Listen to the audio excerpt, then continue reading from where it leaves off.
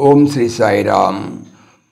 23/11/64 ఉదయం 8 గంటలకు పతాకోత్సవ సందర్భంగా బాబా వారు సెలవిచ్చినటువంటి ఉపన్యాసం నుండి కొద్ది భాగం తెలుసుకుందాం. సాయిరామ్. జీవి యొక్క జన్మమునకు దాని పుణ్యపాపములే కారణము.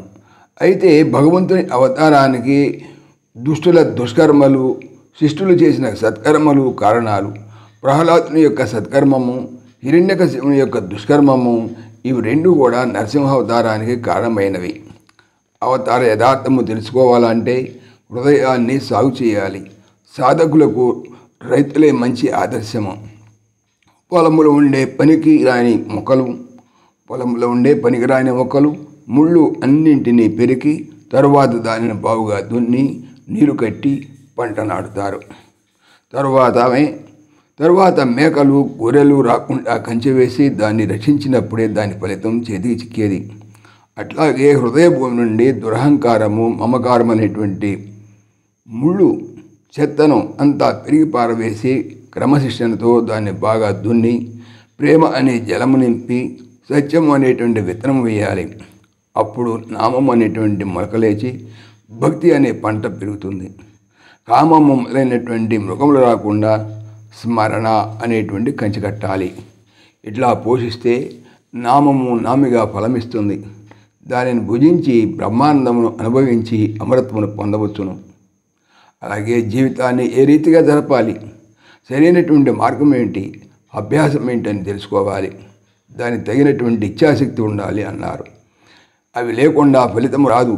ముఖ్యముగా భగవద్విశ్వాసము, పాపభీతి ఉండాలి. వేదములో కర్మకాండము, ఉపాసనాకాండము, జ్ఞానకాండము అని 3 భాగాలు ఉన్నాయి.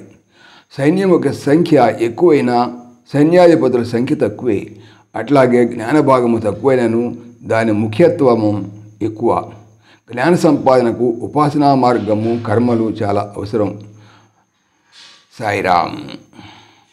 సమస్తలోకాః సుఖినో భవంతు, సమస్తలోకాః సుఖినో భవంతు, సమస్తలోకాః సుఖినో భవంతు. ఓం శాంతి శాంతి శాంతి. జై బోలో భగవాన్ శ్రీ సత్య సాయి బాబాజీకి జై. జై సాయిరామ్. జై జై సాయిరామ్.